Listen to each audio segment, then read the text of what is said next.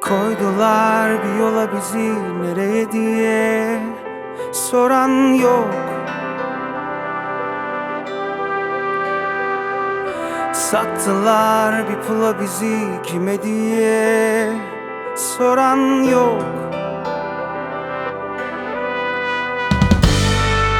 Gömdüler mezara bizi, üzerimize çiçek eken yok. Örtüler üstümüzü, aman gözükmesin gökyüzü, bilen yok.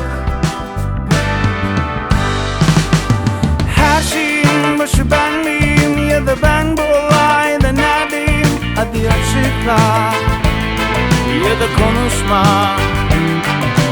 Yar mıyım yoksa ser miyim? Hadi oradan, ben bunu yer miyim? Hadi fısılda, bana dokunma.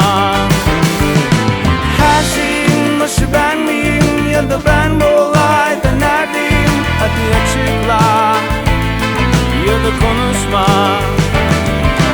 Yar mıyım yoksa ser miyim? Hadi oradan, ben bunu yer miyim? Hadi fısılda, bana dokunma.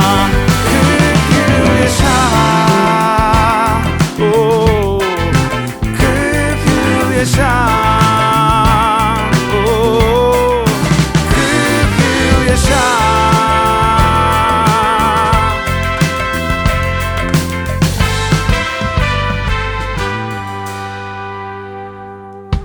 Koydular bir yola bizi, nereye diye soran yok. Sattılar bir pula bizi, kime diye soran yok. Gömdüler mezara bizi, üzerimize çiçek eken yok.